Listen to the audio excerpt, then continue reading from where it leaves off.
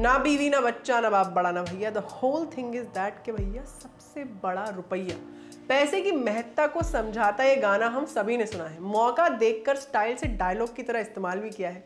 In short जेब भरी होना जरूरी है, पर डॉलर के सामने गिरते रुपए से क्या वाकई जेबें भरी रहेंगी? कभी सोचा है कि जब भी पैसे की बात होती है, मनी की बात होती है, तो डॉलर को इतनी तवज्जो क्यों दी जाती है?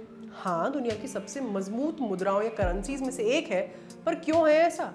अमेरिकी डॉलर है भैया। डॉलर का इतना भौकाल, सब देश अपना फॉरेक्स रिजर्व डॉलर्स में क्यों मेंटेन करते हैं? ऐसा कब से शुरू हुआ? किसने लिया ये फैसला? और हम सब यस यस कर मानते चले गए? इन्हीं सब बातों पे आज तफसील से बात करेंगे।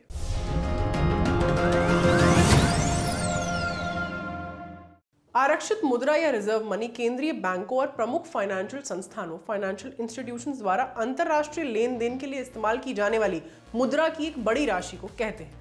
जैसे अपने देश का central bank RBI forex reserve dollars में मेंटेन करता है, सो हम वैश्विक स्तर पर व्यापार करते वक्त डॉलर में ही भुगतान करते हैं, साथ ही पेमेंट्स भी डॉलर्स में ली जाती है।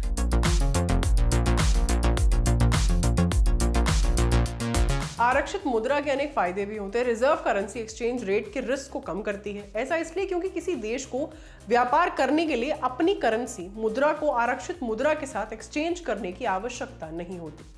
केवल यही नहीं, यही रिजर्व वैश्विक लेन देन को सुविधाजनक बनाने में भी सहायक सिद्ध होता है। दुनिया भर में वस्तुओं की कीमत रिजर्व करेंसी में होती है, मसलन डॉलर। सो देशों को उसी करेंसी में रिजर्व मेंटेन करना पड़ता है ताकि इन वस्तुओं को खरीद या बेच सके। अब दूसरे देश इसीलिए अमेरिका की मौद्रिक नीति माने मॉनेटरी पॉलिसीज की बारीकी से निगरानी करते हैं ताकि सुनिश्चित कर सकें कि उनके फॉरेन रिजर्व इन्फ्लेशन या बढ़ती कीमतों से प्रभावित ना हो।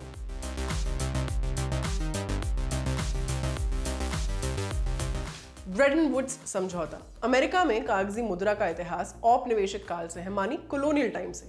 पहला अमेरिकी डॉलर छपा था साल 1914 में और यह हुआ था फेडरल रिजर्व अधिनियम की स्थापना के 1 साल बाद। दरअसल डॉलर एक महत्वपूर्ण अंतर्राष्ट्रीय आरक्षित मुद्रा यानी रिजर्व करेंसी तो प्रथम विश्व युद्ध के बाद ही बन गया था, पर इसने पाउंड स्टर्लिंग को दुनिया की प्राथमिक आरक्षित मुद्रा के रूप में विस्थापित किया दूसरे विश्व युद्ध के अंत में। साल 1944 दुनिया में चल रहा था उलटफेर। दूसरे विश्व युद्ध के दौरान 44 देशों की बैठक ने एक फैसला लिया, अपनी मुद्राओं को अमेरिकी डॉलर से जोड़ने का फैसला।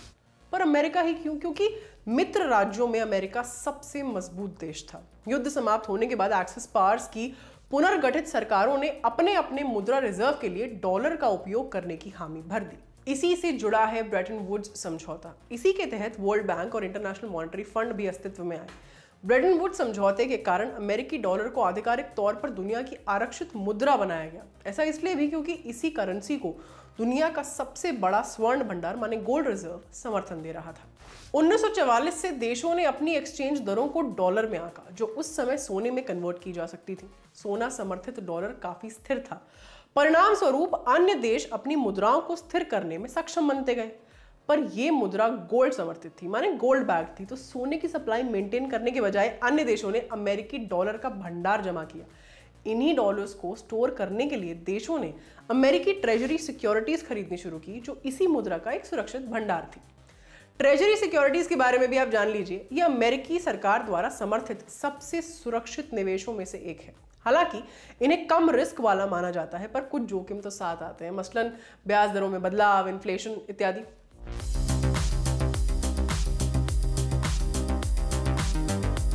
ट्रेजरी सिक्योरिटीज की बढ़ती मांग, वियतनाम युद्ध जैसी परिस्थितियों ने अमेरिका को पेपर मनी को बढ़ावा देने पर मजबूर किया। पेपर मनी की मानो बाढ़ आ गई। डॉलर की मौद्रिक स्थिरता पर चिंताएं बढ़ रही थी। इसके चलते देशों ने डॉलर के भंडार को सोने में बदलना शुरू कर दिया। अब सोने की मांग ऐसी थी कि उस वक्त के अमेरिकी राष्ट्रपति रिचर्ड निक्सन को हस्तक्षेप करना पड़ा था।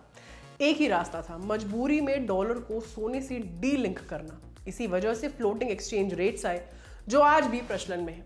हालांकि स्टैगफ्लेशन की स्थिति रही, पर अमेरिकी डॉलर दुनिया की आरक्षित मुद्रा यानी रिजर्व करेंसी बना हुआ है। स्टैगफ्लेशन तब होता है जब बेरोजगारी और महंगाई दोनों बहुत ज्यादा बढ़ जाती हैं।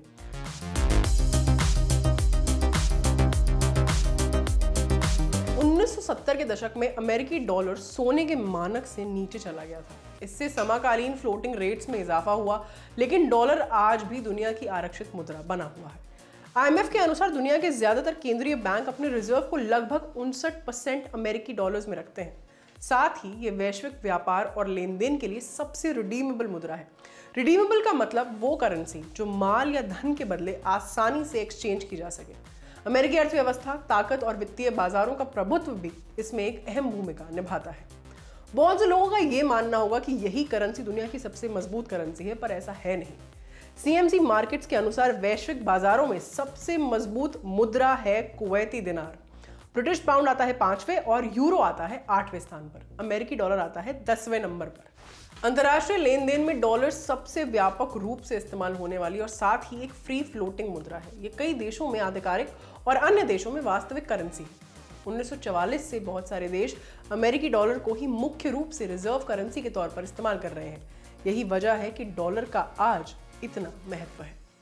जाते जाते एक और बात जानते जाइए, एक न्योता है। जुड़िए ललन टॉप की नई पहल रंगरूट से। रंगरूट, जहां बात होगी युवाओं की, बात होगी पढ़ाई लिखाई, कॉलेज, यूनिवर्सिटी, कैंपस और करियर की। यूट्यूब चैनल और फेसबुक पेज का लिंक डिस्क्रिप्शन में है।